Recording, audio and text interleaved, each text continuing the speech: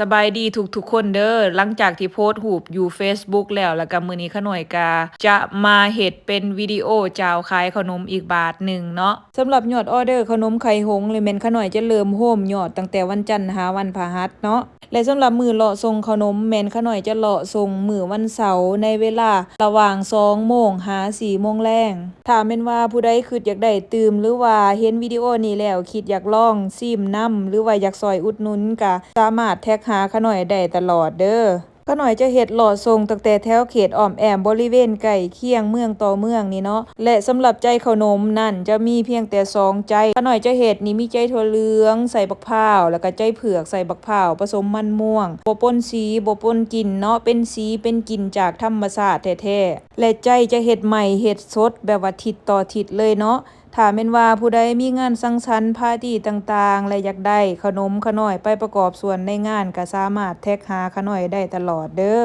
และสุดท้ายนี้ขาน้อยก็ขอบมุกขอบใจทั้งลูกค้าเก่าและลูกค้าใหม่ที่เปิดใจทดลองและเปิดใจให้โอกาสให้ขาน้อยแม่ค้ากระเทินผู้นี้ได้เฮ็ดเครื่องขายพอได้มีรายได้เล็กๆน้อยๆน้อยหนึ่งหั้นนะส่วนว่ารสชาติของขนมก็สามารถตำหนิติเตียนได้เด้อเพราะว่าขาน้อยก็ยังเป็นแม่ค้ามือใหม่อยู่เนาะก็พร้อมที่จะปรับปรุงเปลี่ยนแปลงแก้ไขเพื่อให้ได้รสชาติที่มันลงโต๊ะให้ได้หลายที่สุดหั่นแหละเนาะ